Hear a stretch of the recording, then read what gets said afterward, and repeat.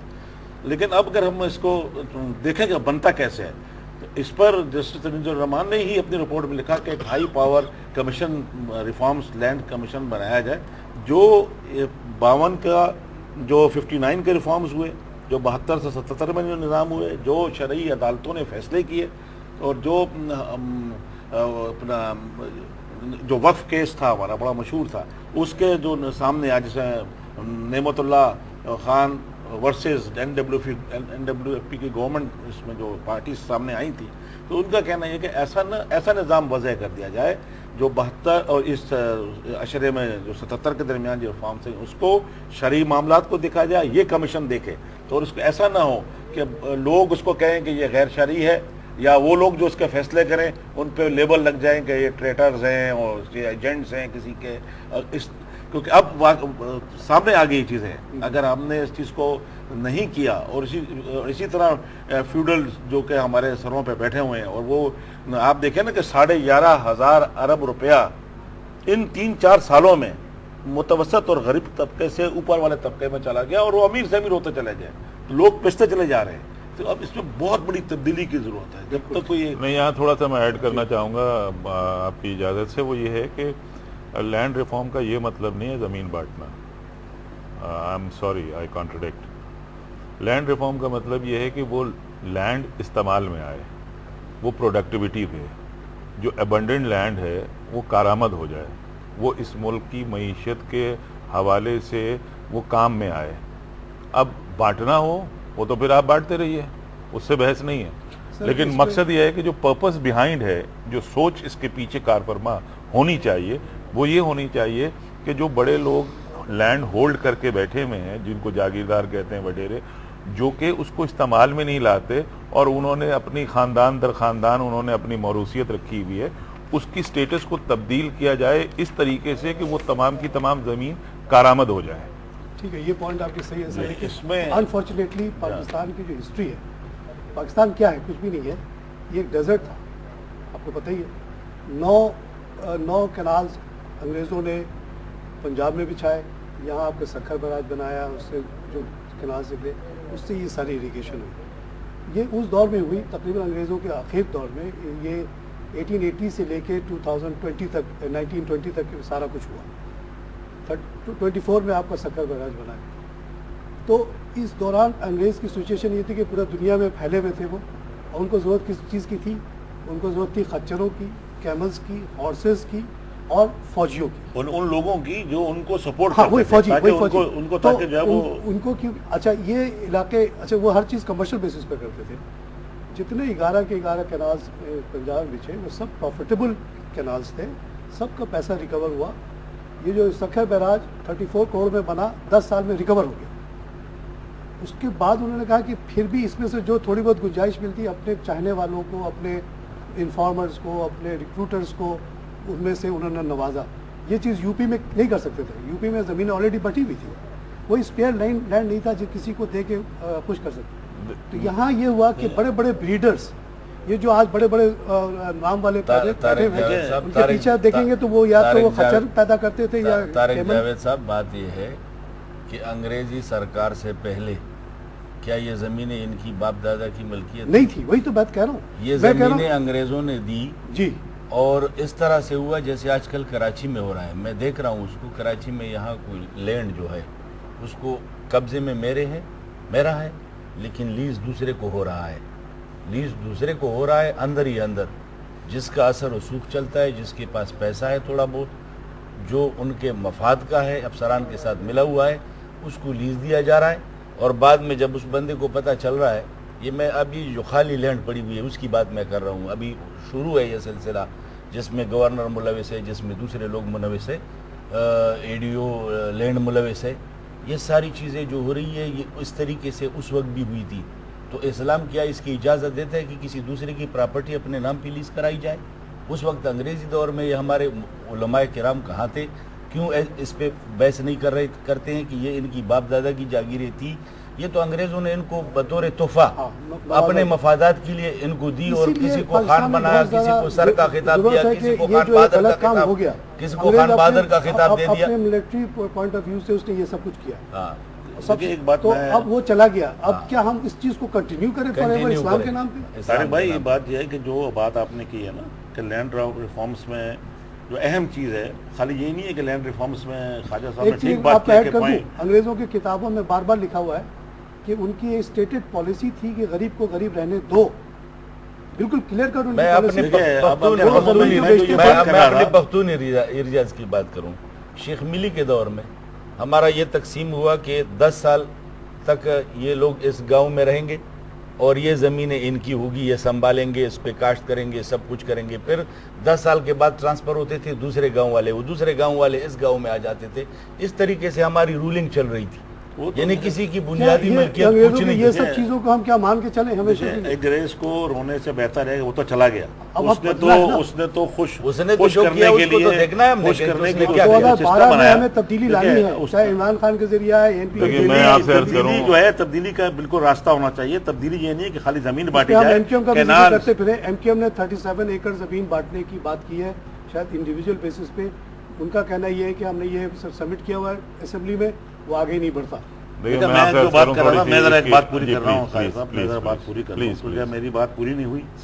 بات یہ ہے کہ اگر آپ نے ریفارمز لانی ہیں تو اس میں جو ہمارے پاس بہت زبردست پانی کی کمی ہے، شدید کمی ہے. بڑی بدقسمتی ہماری کہ بھارت ہمارے ساتھ آبی دہشت گردی کر رہا ہے، پانی کو روک رہا ہے.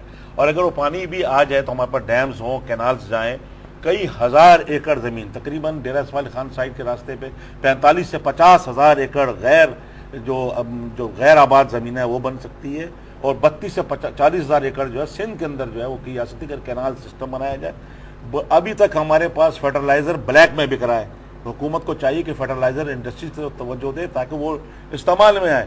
اور اس کے بعد ایسے بیج کو باہر سے لایا جائے جس کی پروڈکشن زیادہ ہوتی ہے. اگر یہ لینڈ ریفارمز میں آتی ہے، لیکن اگر یہ اگر آپ کریں گے تو آپ جو ناہمواری جو ملک میں ہے، اور جو میں نے جینی کوئفیشنٹ آپ کو ورلڈ بینک کا کوٹ کیا ہے، یہ ریسیپی فار ڈیزاسٹر ہے، ریسیپی فار ریولوشن ہے. آپ اگر آنکھ بند کر لیں گے ان چیزوں سے، قاف لیگ یا پی ٹی آئی بھی کہے کہ جی نہیں ہم اس کو نہیں چھیڑیں گے کیونکہ یہ ہماری کانسٹیٹیوئنسی ہے، نہیں ہوگا. کوئی تیسری قوت آئے گی اکھاڑ کے پھینک دے گی سب کچھ، نئی پارٹیاں کریٹ ہو جائیں گی. ہماری واضح پالیسی ہے اسلام کرتے ہیں نا، ابھی تک تو پاکستان میں کوئی ایسی پارٹی نہیں ہے آ جائے گی، ریولیوشن لے آئے. آپ اپنے بارے میں نہ کہیں، ہمارے بارے میں نہ کہیں. ریولیوشن آنا چاہیے تو نہیں کہتے لیکن ایران کے فارمولے کو مانتے ہیں. لیکن میں آپ سے پہلے میں آپ کی اجازت سے ایک یہ بات ضرور کہوں گا، میں ڈس ایگری کرتا ہوں امان صاحب سے. بات یہ ہے کہ پاکستان میں ریولوشن آ چکا، یہ دلوں میں ریولوشن آ چکا کہ ہم نے اس کو تبدیل کرنا ہے. یہ ہر ایک آدمی کی فکری سوچ آ چکی ہے.